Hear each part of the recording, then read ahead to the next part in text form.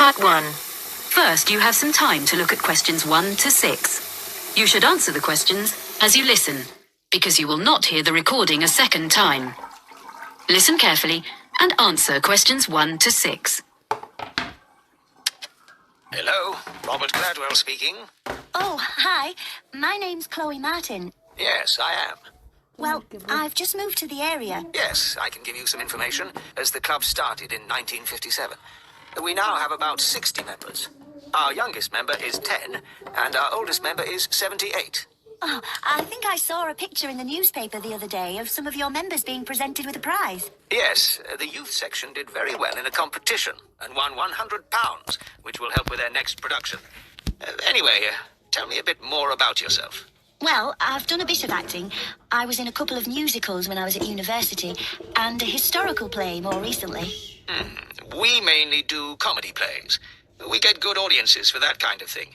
We haven't attempted a musical yet, but we might do one soon. Oh, when do you usually meet? On Tuesdays. Well, presumably I'll need to do an audition. Yes, there were a few auditions last Tuesday, and we'll be doing more at our next meeting, which is in 2 weeks' time. That's on Tuesday, the 12th of March. There'll be another opportunity 2 weeks after that, which will be on the 26th of March. Oh, well, I can come to your next meeting, and if I don't get an acting part in a play, I'd be happy to help with something else. I've designed publicity before. Great. We're very short of people who can do that, so that would be really good. There are a lot of people who like making scenery, so we get plenty of help with that, but we haven't got enough people to do the lights at the moment. So if you think you can do that, or you have any friends who would like to, do bring them along. We can show you what to do if you haven't got any experience. I'll have to think about it. So, do you meet in the theatre? We do our performances in the Manor Theatre, but we only hire that for the nights of the actual performances. We meet to rehearse every Tuesday evening in the community hall. We rent a room there. Oh, I'm not sure where that is. I'll be coming by car because I don't live in the town centre. It's in Ashburton Road. As you're coming towards the centre, down Regent Street, you need to turn left at the crossroads. Oh, I know. There's a big car park down there, just before you get to a hotel. It's on the other side of the road from the sports centre. That's it. That's the closest place to leave your car, and you don't have to pay in the evening to park there. We meet at 7:30, and we usually finish by 9:30 or 10. Okay. Before you hear the rest of the conversation, you have some time to look at questions 7 to 10. Pause the recording for 30 seconds. Now listen and answer questions 7 to 10. I haven't mentioned that we have to make a charge. Everyone pays a subscription of £180 to be a member for a year. You can pay for the whole year at once, or you can pay £15 every month. It works out the same. There are reductions for retired people and under 18s, but I don't think you come into either category. No, I'm 26. Oh, that fee covers all the costs, like photocopying of scripts and producing the posters, but it excludes the costumes for the performances. We ask people to pay for the hire of those themselves. It does mean they look after them properly, as they know they won't get their deposit back otherwise. Can I come along to the next meeting then? Of course. We'd love to see you. And if you want to know more about how we run the auditions or the next play we're doing, why don't you give our secretary a ring? She'll be really pleased to help you. Oh, what's her name? It's Sarah Sordicott. That's SAWDICOTT. Got that. And her phone number? I've only got a mobile number for her. Just a minute. Let me find it.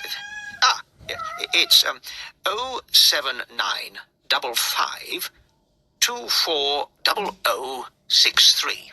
Great. Thanks for your help. That is the end of part 1. You now have half a minute to check your answers.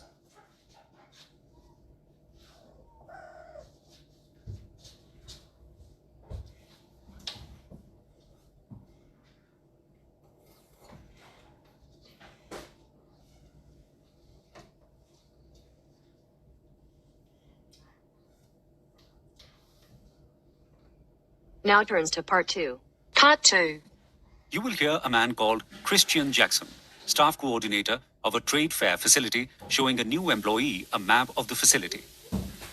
First, you have some time to look at questions 11 to 16.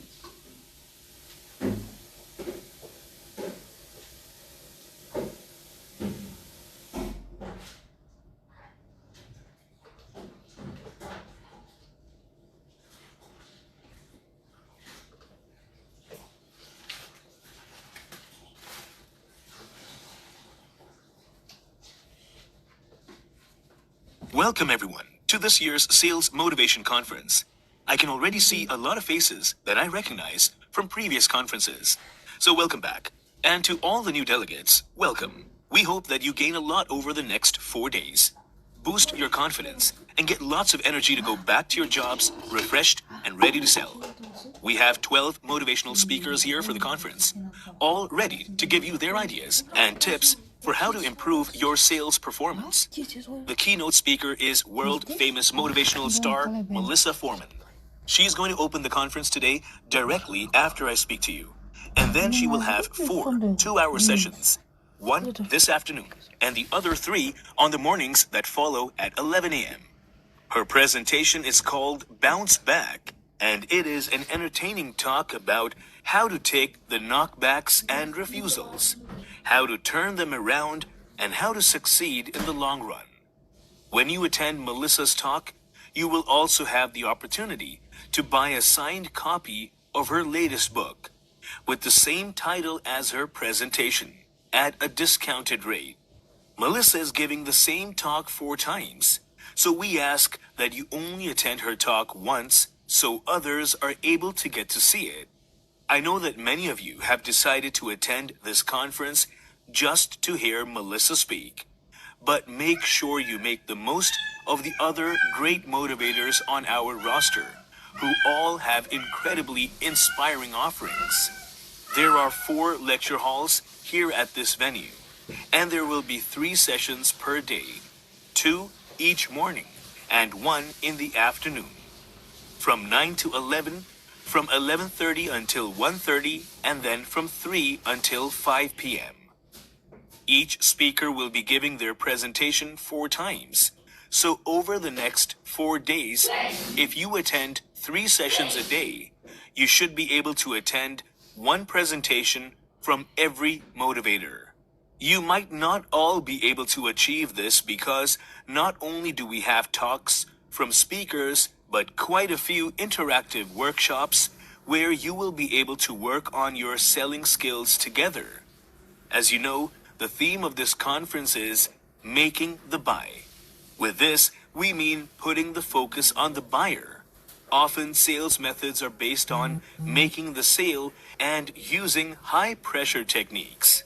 This hard sell strategy is stressful for both the salesperson and the buyer.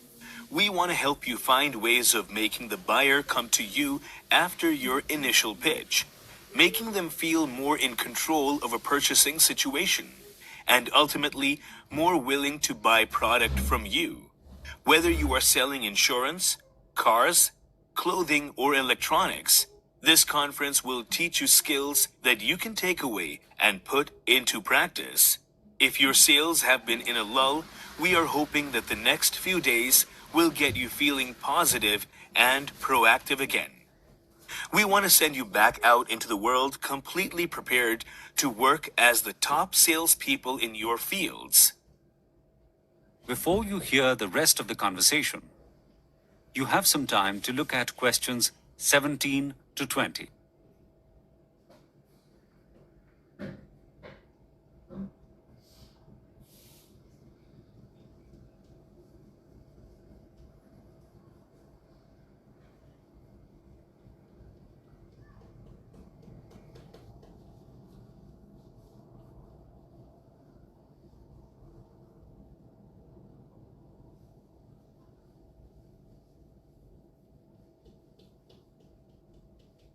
Now, for the business end of things.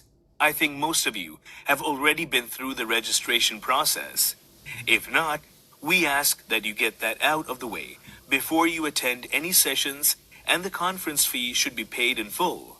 If you have driven here today and just registered, use the free parking card you received when you registered to leave the car park this evening. If you try to leave without being able to show your card, you will be charged for parking. So make sure you keep it with you. We ask that you wear your ID cards at all times when in the building. I probably don't need to tell you that this is a non-smoking venue, which includes outside in front of the building. Lunch will be available in the banquet hall every day from 1:30 until 3, where there will be a buffet that also has vegetarian and vegan options. There are 6 seating areas with tea and coffee facilities scattered all over the venue. There are also plenty of power stations to charge your phones and laptops. We ask that all telephones be turned off during sessions, and any recording of sessions is not permitted. If anyone has any questions, the registration desk will be staffed for the entirety of the conference, and they will help you with anything you need. So again, welcome to our motivational conference, and we hope the next few days will get you all fired up to and ready to succeed in a very competitive and fast-paced work environment. That is the end of part 2. You now have half a minute to check your answers.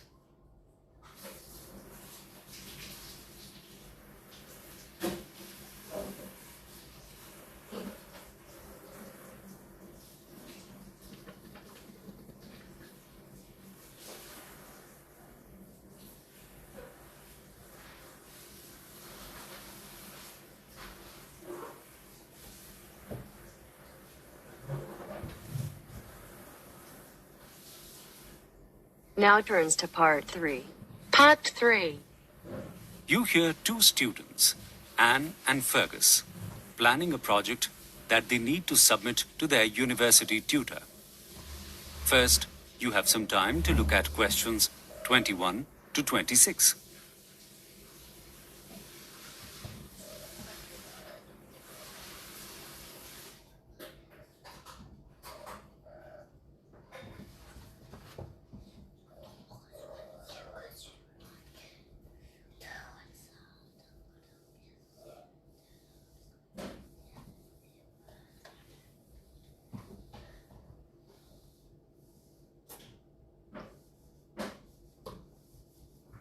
I'm glad I'm doing this project with you, Fergus. I think we will work very well together. How do you think we should go about it? I really like the idea of a project on how potato crisps are made. I did find the whole production process a bit complicated in the lecture, though. It may only take about 15 minutes to get from potato to crisp in a sealed bag, but there are a lot of steps in that process. I think it would be clearer to us if we draw up a flow chart. Then we can see what pieces of machinery are needed for each point in the process. Good idea. I remember that the potatoes they use have to be less than 24 hours out of the ground, so they need to be transported by truck to the factory very quickly. Then, once they come off the truck, they are put straight into the crisp making machine. And that's a continuously moving conveyor system that passes the potatoes through numerous barrels, tubs, funnels, and fryers. I just can't remember the order. Well, it's quite amazing, all completely automated. After the potatoes are loaded onto the conveyor belt, they pass through rolling barrels that brush the dirt off them. Then they travel along a water canal to the peeler. The peeler takes the skin off, right? Yes, the potatoes tumble around abrasive rollers until the skin is removed. My notes say the peeler can skin 12,000 pounds of potatoes an hour. Then they move on to another conveyor that separates the potatoes into sizes. The smaller ones drop through gaps in the conveyor, and the larger ones are chopped into smaller pieces that then fall into the rinser, joining the smaller potatoes. They are now all about the same size. Then, from what I remember in the lecture, they go along the rinser conveyor where they are sprayed with water before they get into the slicer. This is where they are cut into the crisp shapes. Here, they are spun in a huge drum with adjustable blades. From just one potato, they get enough crisps for a small packet. And then they are rinsed in cold water for about a minute before they pass along another conveyor belt, which dries off the excess water with an air blower. Okay, that's all a bit clearer now. So then they enter and move through the long fryer, which contains canola oil boiling at 190 degrees Celsius. They exit the fryer, still on a metal conveyor belt, and the excess oil drips through perforations in the belt. After that, they pass through an electronic scanner, which identifies any brown spots or defects and blows individual chips off the conveyor belt with air pressure. It's amazing. Yes, that electronic scanner is genius. No more burnt crisps in the packet. Then they get a shower of salt and are sprayed with flavorings before dropping through a funnel. The funnel weighs out portions to be packaged. These portions then drop into bags that get heat sealed. And there you have a packet of crisps. Before you hear the rest of the conversation, you have some time to look at questions 27 to 30.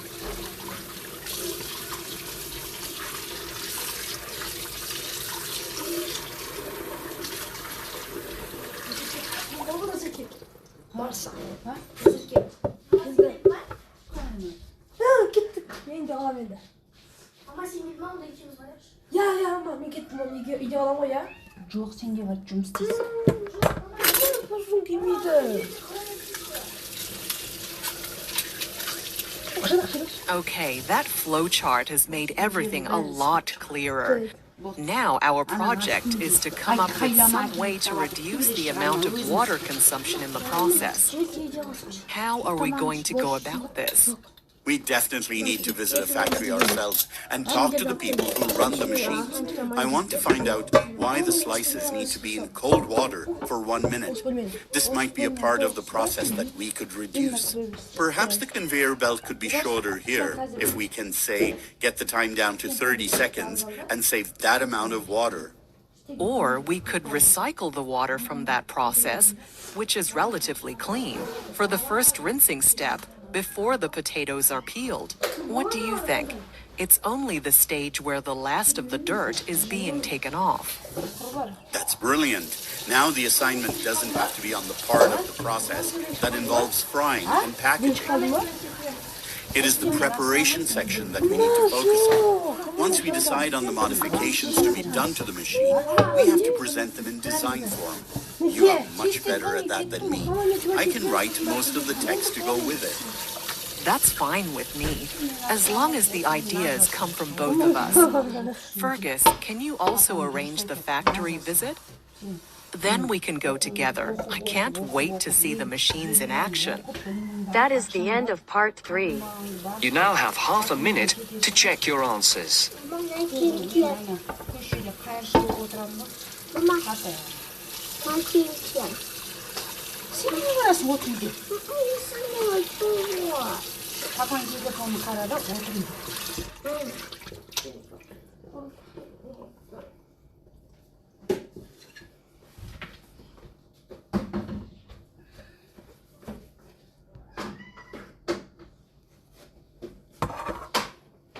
Now turns to part 4. Part 4. You will hear a part of a lecture about fillings in teeth. First, you have some time to look at questions 31 to 40.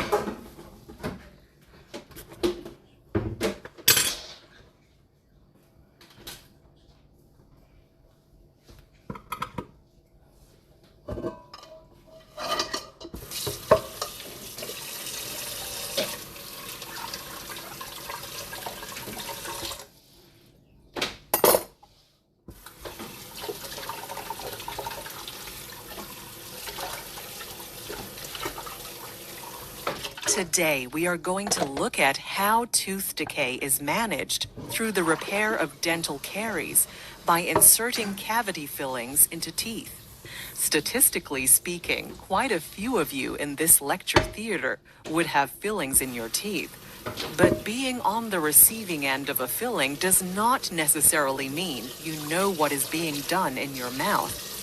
Tooth decay destroys the surface layer or the enamel of a tooth. This usually occurs in the natural crevices of the occlusal surfaces, or the areas where the teeth touch, in the back molars of the teeth. The decay is caused by a buildup of bacterial matter called plaque, which breaks down the enamel surface. There are varying degrees of this decay. It may just affect a very superficial part of the enamel layer of the tooth, in which case the affected enamel can be simply ground down to reveal undamaged enamel. If the decay passes through the hard enamel layer and into the softer layer under it, called dentine, a cavity filling will need to be done.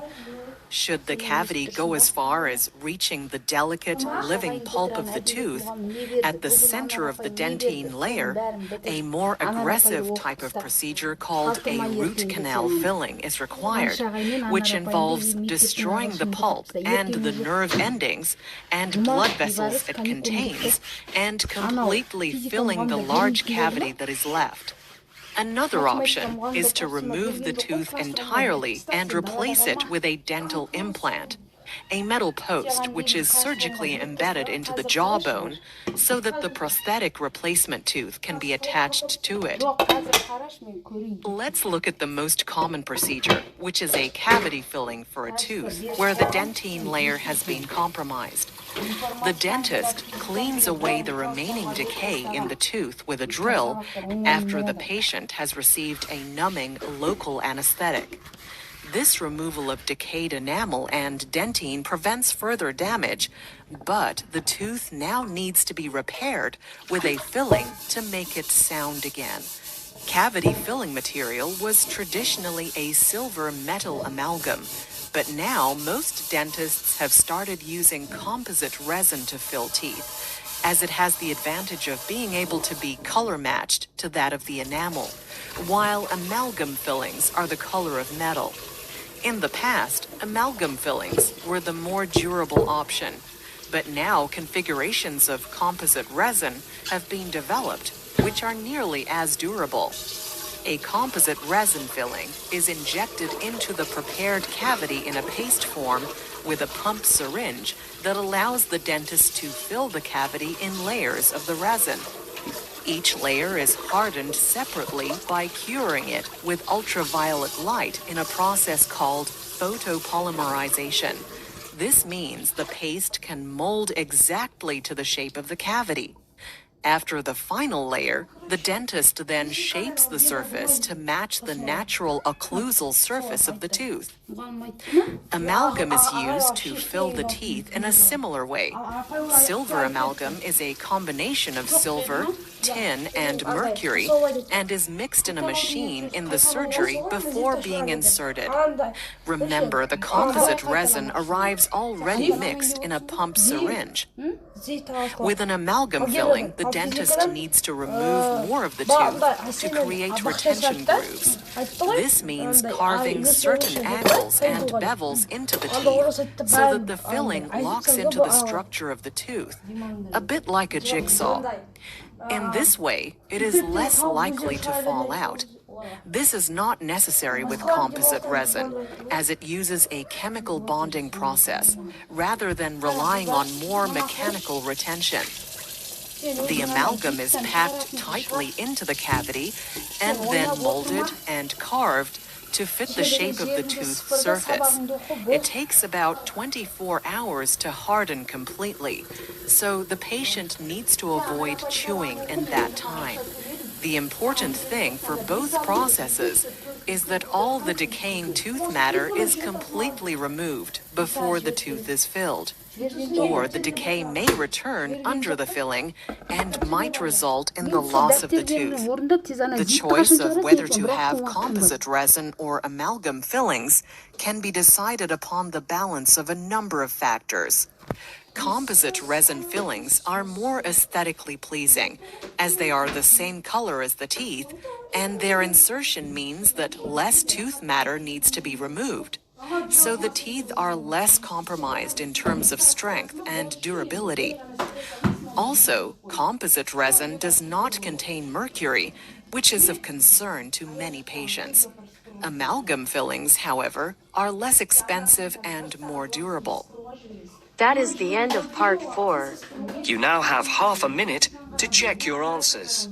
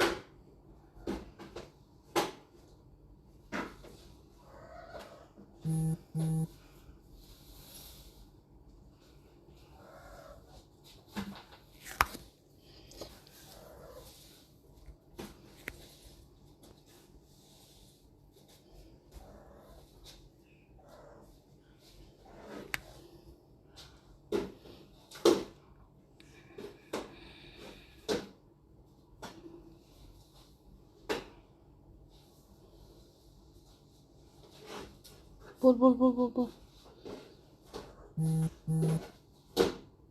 Жанерке, сен қазір аға сабаққа кіргенде бірге отырып оқы, бұлжырамай. Күтпейсің мен.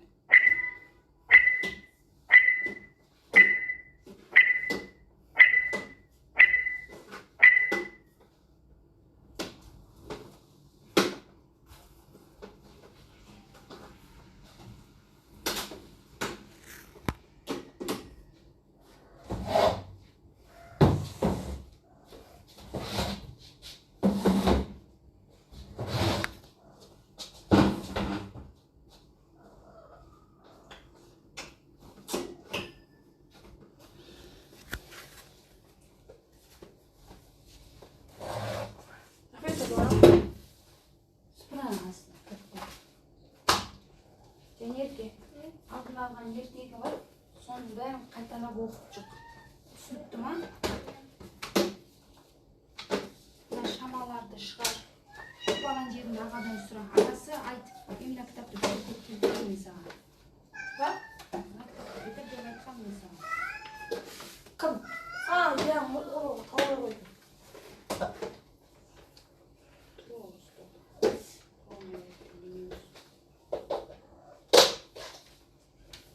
Жанерке, мен кешке келеміз. Мынаны бітіріп түсеміз. Азға 2 апта ұқтың ба? Сен көбейтінді дұрыстап тұрып жатта тағы да.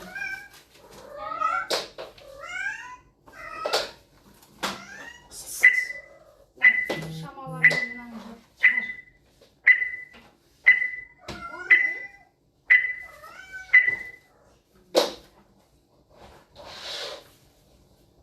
Жанерке, ана ертегі кітапты бітір оқып. Сен мені естіп тұрсың ба?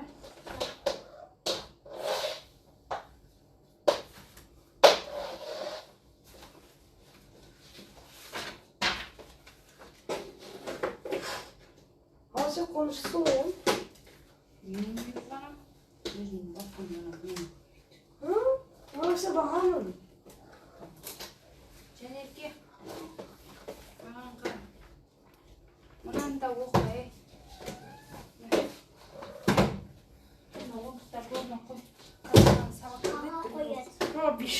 Көмекте сағаңа жанын шығарам. Жеке, одан қоясаш? Жеке. Одан қоясаш? Жеке. Жанерке. Ту файханамаш. Жанерке. Жайерке. Орнына қойып шық тез. Ақылап ұқпеме.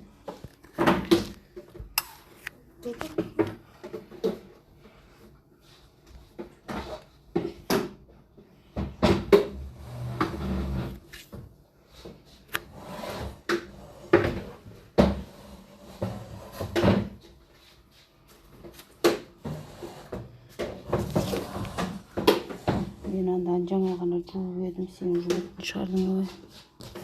Ұмытып кеттің ғой.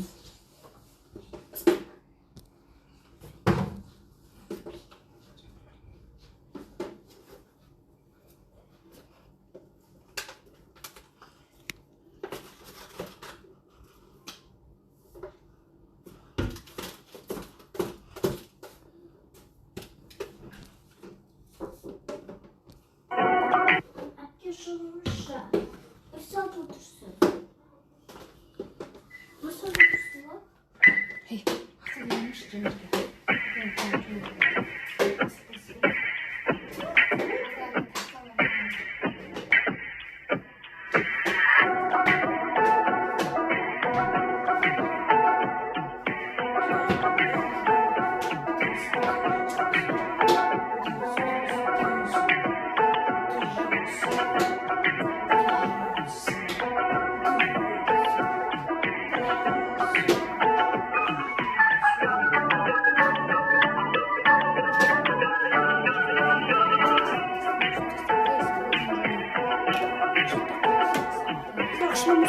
Men özüm jündeyim şu musu.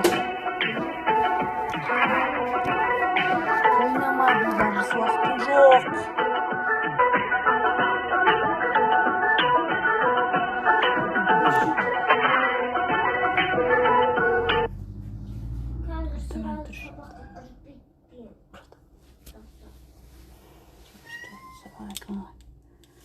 Biz keşke modda keşke altta var. Ciddi var almadım. Naz bol. Дается. Джик уже агрессивный, я король, телефон агрессивный, джик вроде.